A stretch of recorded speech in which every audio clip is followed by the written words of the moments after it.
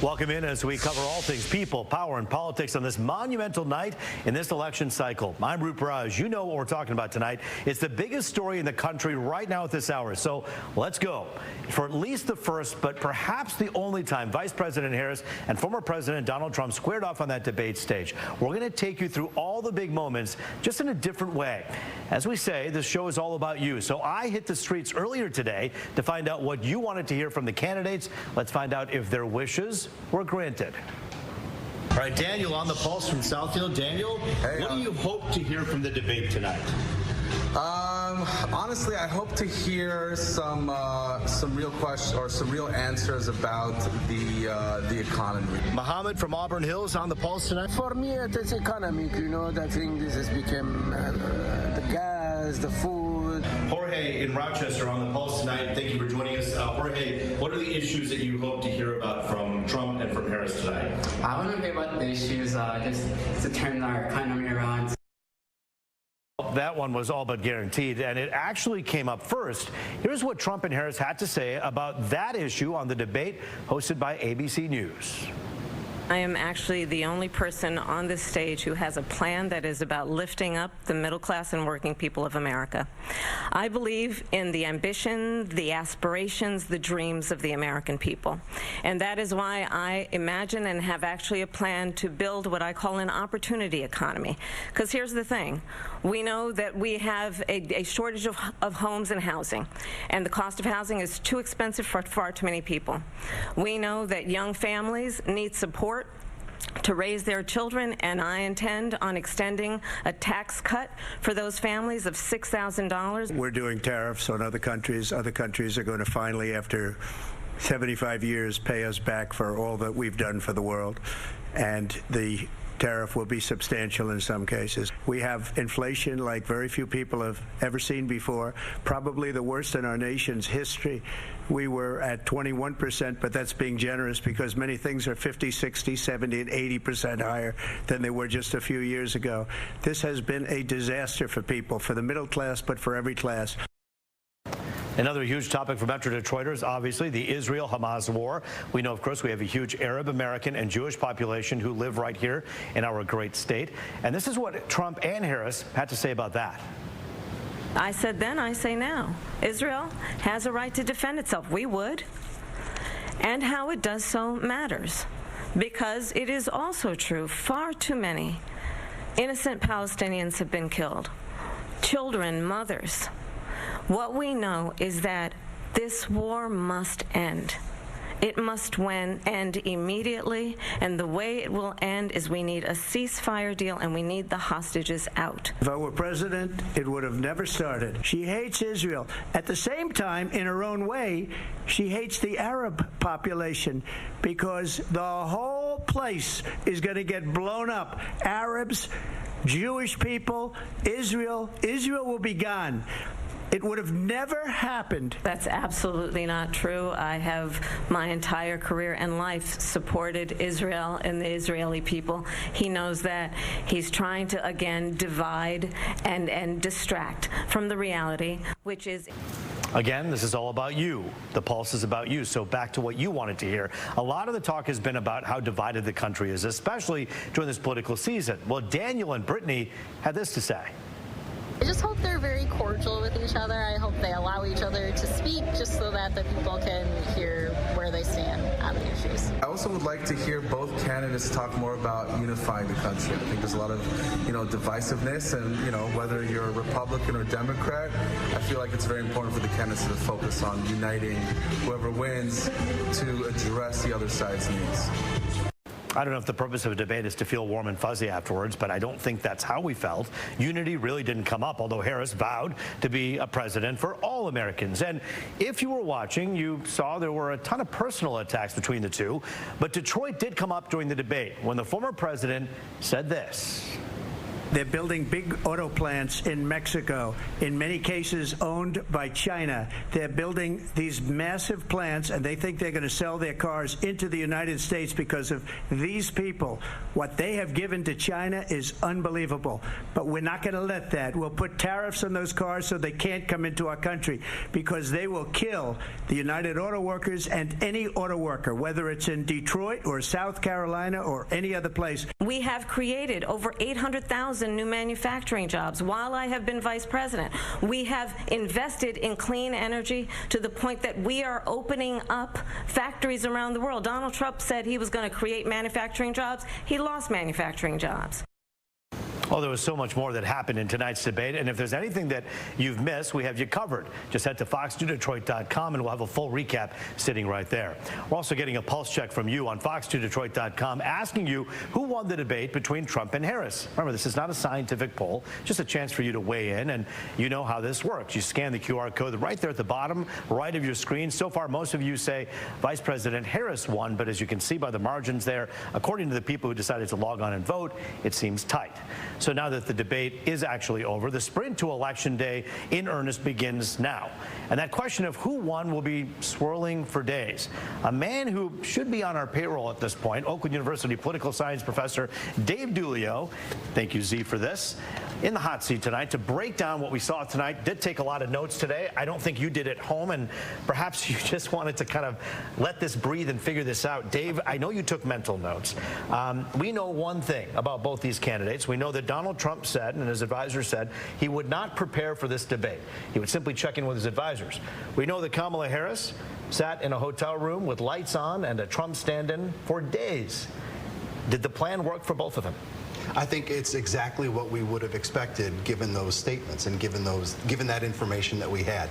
Trump is just going to be Trump, right? We know who he is at this point. We know how he is going to sort of attack one of these debates, right? He is going to speak in hyperbole. He is going to exaggerate. He is going to, lay it all on the line for his folks, right? And Vice President Harris, boy, she was prepared. She was scripted, may not be fair, but I think there were a lot of rehearsed lines that went over pretty well, and they landed pretty well. So I think a lot of expectations met for both candidates. You know, it's interesting because when you hear both of these candidates talk, they're both very good at doing exactly what you said, which is to find a way to hit what they wanted to say. In other words, segue from the question into something else. But when it came to some of these talking points, a lot of people are saying that Donald Trump was challenged more by the moderators, Lindsey Davis and by David Muir, and they didn't quite give her the same treatment. They went easier on her. Did you feel that when you were watching this debate as someone who's an objective viewer? Well, there's no question that Trump was fact-checked more than Vice President Harris, no doubt about it. And I'm not even sure she was at all. Now, some of that's on the moderators, some of that's on former President Trump, right? He had the opportunity as well. But I think that the questions that came to Trump maybe weren't as favorable as he would have liked. I think that the first check we did here at the top of the show with your viewers on the street, they all wanted to hear about the economy, and that was covered, and then they moved on pretty quickly from that. Not a lot of depth on that, not a lot of specifics from either, which I think a lot of folks were looking for too. One of Trump's secrets, or one of his weapons in his toolbox today, was to say a few times, hey, all these wish list promises that you're making to the American people, you're not just a candidate, you're the vice president. Why haven't you done any of this? Do you think that works with the viewer? That's really interesting. As I was watching the debate, I thought, boy, this is a lot more about Trump's record as president than it is Biden and Harris's record as president and vice president. So, I think that Trump, if he's going to come back from, I think what everybody would agree is a disappointing debate performance relative to the Harris campaign, he's going to have to make it about the last 3.5 years and really, frankly, ask the question that was asked at the top of the debate: are you better off now than you were 4 years ago. And you know, Vice President Harris didn't come out and answer that, which it tells you something, right? But then he got away from that. He got away from it. I think he was on the defensive quite a bit, whether that's from his own doing or the moderators or the vice president. He's going to have to somehow shift it and put the onus back on her. Let's zoom out for a moment about the importance of these debates. And I know that this is an unprecedented political time, but when someone has a bad debate, like Joe Biden, for him it was consequential. Yeah. It meant that he was no longer going to be here. Obviously, Donald Trump, not the same thing. Even if you believe that Donald Trump lost this debate, what does he need to do moving forward at his rallies to somehow convince the independents that he's someone who's a viable candidate? Well, you know, I think one bad debate performance isn't a nail in the coffin, right? It's not the final nail in the coffin anyway, right? Because we go back to 2012, Barack Obama performed really poorly in the first debate against Mitt Romney. Yeah. He was terrible, and came back and, of course, won the White House again. So it's not impossible to come back from bad debate performance. Of course, we don't know if there's going to be another one for him to use to bolster that, right? And you wonder if Donald Trump, after watching the polls or seeing the performance himself, or, you know, he's a pretty big perfectionist himself in terms of his own performance, maybe he'll say he wants a second debate now. Oh, I think he's gonna want one. And of course, the Harris campaign has already said we'll do another one. And you know, that is not surprising either. They're feeling confident. They're feeling like, boy, we've really hit our stride. We did a good job in prepping our candidate. Well, let's do another one, right? I mean, but the devil's in the details about these things, and you know, we'll see if it transpires. 20 years ago, if you told me as a journalist that I'd be asking a political science professor about a pop star making an endorsement, I would throw my notebook out the window, throw the mic off, and say, "Why are we doing this, man?" But this is where we're at. Yeah. Taylor Swift, with 250 million followers, goes on line tonight and says, "I endorse Kamala Harris." Does that make a world of difference, or does that mean nothing? Well, look, when this election's going to be close, debate performance or not, right?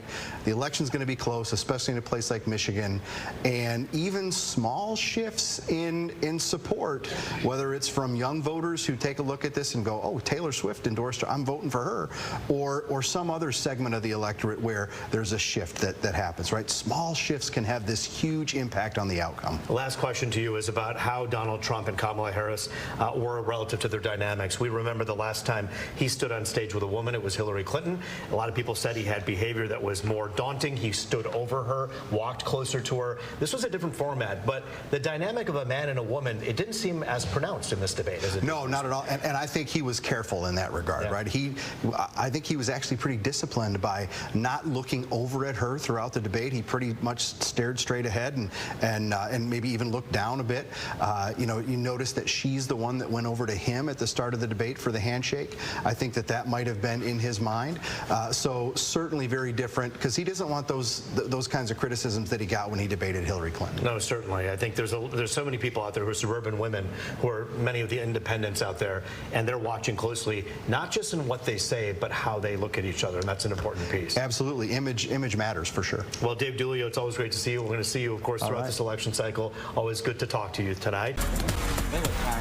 They came tight. Look, the conversation's already starting during the commercial break, so we continue it as we come back, diving into all things people, power, and politics. And do we need to tell you what the big story is tonight? The debate. And we thank you for staying up late with us. Two people you know very well from Let It Rip, former Democratic State Representative Sherry Gay-Dagnogo and former Republican State House Majority Leader Raczkowski. We only have a few minutes left, but I will say this. These are two people who can teach us all a lot about what it's like to have decorum, even when you don't agree. Absolutely. Well, we like each other. This is America, my friends, not Twitter, no offense, or X, or whatever it's called. Let's talk about this right now, what we have going on here. Okay, so the big debate happens. Kamala Harris practices like crazy in a hotel room with lights and a stand-in for Donald Trump. And it looks like that guy deserves an Academy Award for Best Actor because he prepared, it seems, Kamala Harris for almost anything. No one can argue, whether you like her or not, that she seemed very well prepared. She did. She seemed very well prepared, very presidential, very calm, strong. I like the fact that she was strong, very confident, and very comfortable. Different than that sit-down interview she did just a few weeks back when everyone said she kind of looked subdued and not as much, right? I think tonight we saw a more confident, poised but confident and strong presidential presence from presidential nominee Kamala Harris. So let me ask you this, I want to though. say president so bad. But it's easy to be more confident if you're not under attack. And the argument that we're hearing all over social media tonight is that these moderators did not fact-check Kamala Harris on so many different issues, including one that we fact-checked right in our newsroom, saying that Donald Trump wants a national abortion ban just because Project 2025 does. He has said it's up to the states, and he makes that clear. Do you think these moderators should have done better? Well, I mean, you're a very fair person, so I ask you that. I am. And I'm waiting for the answer. I know you both are. I am, and I will have to say that they were ready to get real answers from some of the ludicrous things that he said. And so if it comes to being fair on how they handled both, they gave deference to the vice president. All right, so Rocky Raczkowski. Very politically said. Okay, but what you just said is that it's true that they gave her perhaps a pass. Absolutely. So let me ask you this. If we know how critical these debates are for the independent voter and the undecided voter, you're perhaps saying that was unfair treatment. I would say it was unfair because when you looked at, and again, I'm coming from a perspective of supporting President Trump because I know who the real Kamala Harris is. And it's sad that that didn't come out as much. And I agree with Sherry Gay this evening that that she was very well rehearsed and very well prepped for tonight. And if an Academy Award went to anyone playing the role of president, it would be Kamala Harris. But Rocky, here's the deal. Donald Trump takes a lot of pride in not preparing for things. He didn't prepare. He says, I don't do notes. I don't need rehearsals. He could have used a couple notes and a couple rehearsals. He could have done a little more prep, don't you think? I agree.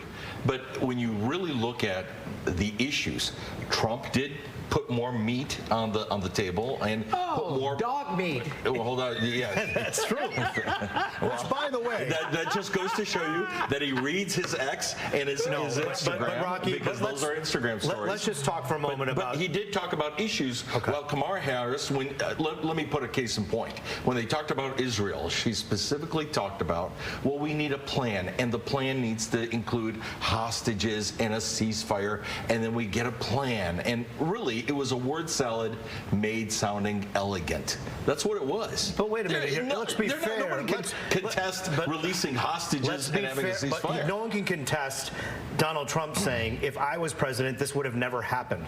These are just unfathomable. But these are, we don't know that. Wouldn't have. We don't know that. If Donald Trump was president when October 7th happened, we don't know how things would end up. When he was president, we do know what happened when he was president. What happened was Ukraine was invaded under Obama and Biden, and then again under Biden and Harris. It was not invaded during the period of Trump. And the only president that gave kinetic weapons to Ukraine was President Trump, because President Biden Vice President Biden and Obama didn't at that point. He also had the Abraham Accords, where he brought Sunni nations together with Israel against Tehran. He bankrupted Iran.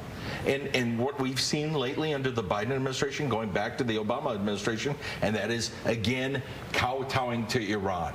You're going to have problems. So, Sherry, I'm going to ask you this question. If you're watching this debate and you take just some of these kind of policy points out for a moment, and you look at these two people on their records, do you think Donald Trump did more to keep America safe and financially secure than Kamala Harris has done as vice president? No, I mean, I think no, I don't. I think Donald Trump has continued to celebrate his relationship with Putin and who he knows and who he knows. I mean, he talks really like, a cartoon character in many instances, and I don't feel that he's done more to keep America safe. I believe that President Biden and Kamala Harris, who has demonstrated the capacity to work with our international leaders in many instances to make America safe and keep America. Yes, she has. No. So I think that he's a big bully. I mean, he likes to tout his record, oftentimes unfactual, non-factual, and I think to have him in office again, you have two 200 Republicans, many of which are part of national security and otherwise, who have made it crystal clear they vote for that this unhinged guy and you have over 300 Democrats should not be in the White House. Over 300 again. Democrats, a presidential Democratic candidate, actually 2 presidential Democratic candidates now supporting. So, but you do President also Trump. have, but many people would order that Tulsi. I know you're not talking about Kennedy. Tulsi Gabbard wasn't always a Democrat. I mean, she was always a Democrat. Right. She played crystal clear she was always a Democrat. She was criticized 8 years ago for not being Democratic enough and being more a Republican. We have a man that's delusional, and these people know. Hey, can we get back to one thing about Harris? I just wanted to ask you this question because we talk about her not being fact-checked. When she flip-flops on issues, which she has, when it comes to fracking, when it comes to the Green New Deal that she was leaning pretty hard into, some people say she was more far left than Bernie Sanders. And we have that same person who now in a campaign needs to be more moderate. You can't ignore your past. Do you think she's trying to? But let me just say this. I don't think, as a policymaker, I don't think that it is fair when you evolve as a leader. When you take time. No. When you take Is that what we're calling it? Evolving? Evolving. Let me just say this. Tell us why. Tell us why. And I'll tell you why, for me personally. As someone who initially supported voters not politicians referendum until I learned that they would dilute black leadership. I agree with you on that one. And did not care about the city of Detroit. So you evolved your position. And so my position changed given the... You are a very intelligent, very thoughtful individual. Okay, so are you saying that Vice President Kamala Harris is not equally intelligent? No, what I'm saying is she's very political and very calculating. Listen to Bernie Sanders. Bernie Sanders last week said she is still a progressive socialist. Okay. He agreed to that. So let me ask you this about Donald Trump now, because look, anyone who's watching the show, you know I shoot right down the middle. I'm hard on both of these guys. No, I am, and I always will be, because we're not here to protect a candidate. I protect the facts. We protect the story here, which in this case, we're here to protect the candidate. You can protect your candidates. But here's the deal. I watched Donald Trump talk about Springfield, Ohio, saying that people were eating dogs and cats. Here's the deal. No migrant was eating a dog or a cat in Springfield. No Haitian migrant. Rocky, Sherry, one moment, please, one moment. You can't just keep saying, well, the district attorney in that city may not be telling the truth. The FBI may not be telling the truth when it comes to crime. When you question and put holes in any fact that is put out there and call it fake news, that's not fair to the American people. Would you say that's a fair assessment? All I'm saying, I would concur with you on that. Yeah. But what happened was the president saw reports on Instagram and on X from residents that live there that have been reporting this. And then you had the mayor. You had the mayor come out. These are residents that are saying it. Are you going to question the people that you're going to be working for? But the story's been debunked, right? The only story that's been debunked. Hold on one second. The only story that's been debunked is the city manager came out and said, we have no credible stories. No credible. He should have said there are no stories and that's it. But he said no credible. That leaves the door open. And Sherry, most importantly, listen, it's September 11th tomorrow. Absolutely. And that's our country came together on September 12th, and we need to remember what makes our country great. And tomorrow on this show, by the way, we're going to have Sheriff Mike Bouchard, a Republican, and Chief James White, who's working for a Democratic mayor, talk about why 9/11 is the day to come together and understand the sacrifices made by so many. I want to thank you both for joining us. I know how good of people you are, even when you disagree. What a good spirited discussion. I love this public servant. Well, Rocky and Sherry, she may not be always right. She just got a big award. She's a Freedom Fighter award. Hey, and I got to pick up my dog. Go pick up your dog. Who's voting for Trump tonight? We will get you. Back now on The Pulse, you know the mission, people, power, and politics. Right now, we want to get you up to speed on some political stories outside of the debate, starting with this. Remember the state lawmaker who was arrested back in June on several serious charges? We're talking about State Representative Neil Frisky. Today we learned that the investigation has been sent to the Attorney General's office. Ingham County prosecutors forwarded it there because the investigation spans multiple counties. Frisky was arrested on suspicion of several charges, including sexual assault and weapons crimes. He hasn't been formally charged and has maintained his innocence. Frisky lost in the August primary as he ran for re-election. To the Peach State now, a judge tossed out a lawsuit arguing that county election board members in Georgia are allowed to not certify election results. But there's a catch here. Stay with me. The judge dismissed the lawsuit, saying the Fulton County board member didn't name the correct party as the defendant. but the case can be refiled. The issue here is the Georgia law saying county officials shall certify results after going through a process, making sure they're accurate. The lawsuit argues county board members have the discretion to reject certification.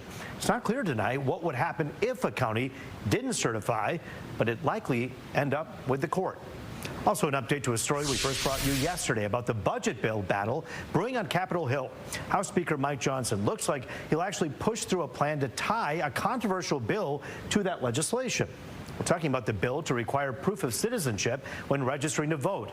It's already a felony for non-citizens to register to vote, and studies show non-citizens voting is actually very rare. In fact, according to Politico, Johnson plans to call a vote for this package on the floor tomorrow, or should we say today. That's despite some Republicans privately doubting it'll even clear the House.